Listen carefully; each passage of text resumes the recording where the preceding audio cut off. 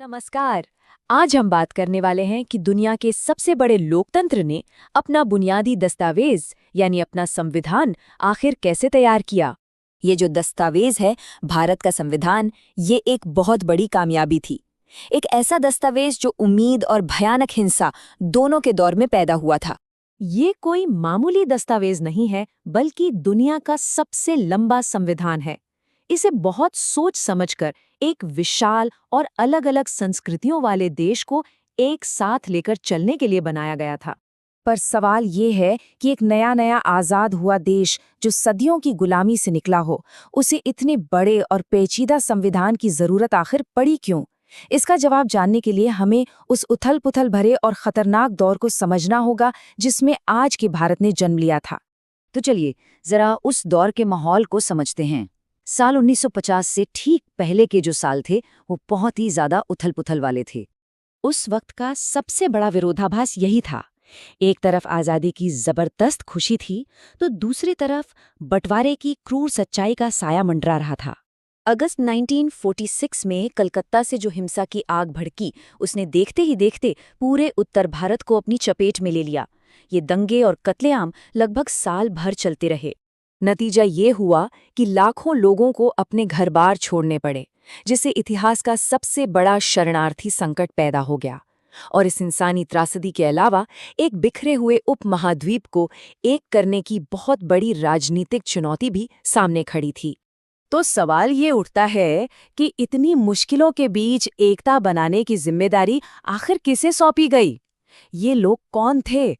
संविधान सभा में राजनीतिक तौर पर कांग्रेस पार्टी का दबदबा था, जिसने आज़ादी की लड़ाई लड़ी थी। सभा के लगभग 82% सदस्य कांग्रेस के ही थे। लेकिन इसका मतलब ये बिल्कुल नहीं था कि सबकी सोच एक जैसी थी। असल में ये सभा एक ऐसा मंच थी जहां भारत के भविष्य को लेकर तरह-तरह के और कभी-कभी एक दूसरे से बिल्कुल अलग विचारों पर जोरदार बहस होती थी। इतने बड़े काम को मुनज़्ज़म करने के लिए कई समितियां बनाई गई, जिनकी कमान उस दौर के बड़े नेताओं के हाथ में थी। यही लोग आगे चलकर संविधान के मुख्य निर्माता बने।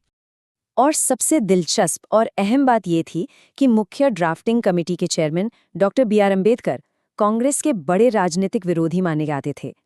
महात्मा गांधी की सलाह पर उन्हें देश के पहले कानून मंत्री के तौर पर काम करने का न्योता दिया गया, जो आम सहमति बनाने की दिशा में एक बहुत बड़ा कदम था। अब कोई भी कानून या अनुच्छेद लिखने से पहले ये तय करना जरूरी था कि आखिर नए भारत की बुनियाद किन उसूलों पर रखी जाएगी। एक मार्गदर्शक सोच की जरूरत थी, और इसी के लिए लाया गया उद्देश्य प्रस्ताव।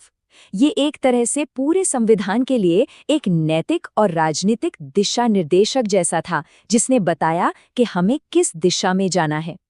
जवाहरलाल नेहरू ने इस बात पर जोर दिया कि हाँ, हम दूसरे देशों से सीखेंगे जरूर, लेकिन भारत का संविधान भारत की अपनी जमीनी हकीकत और यहाँ के लोगों की उम्मीदों से ही बनेगा।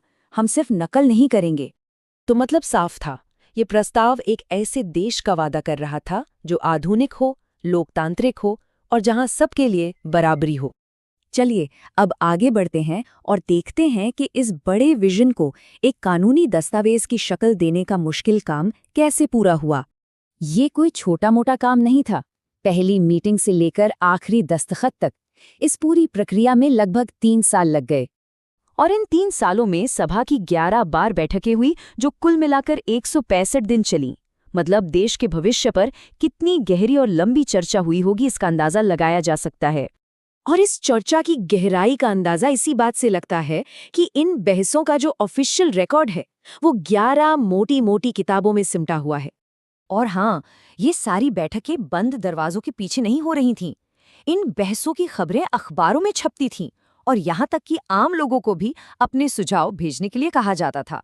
तो आखिर में जो संविधान बना वो लंबी बहस और आपसी समझौते की देन था। ये एकता का एक ऐसा खाका था जिसकी प्रासंगिकता और जिसकी मजबूती आज भी परखी जाती है, और जिस पर आज भी बहस होती है।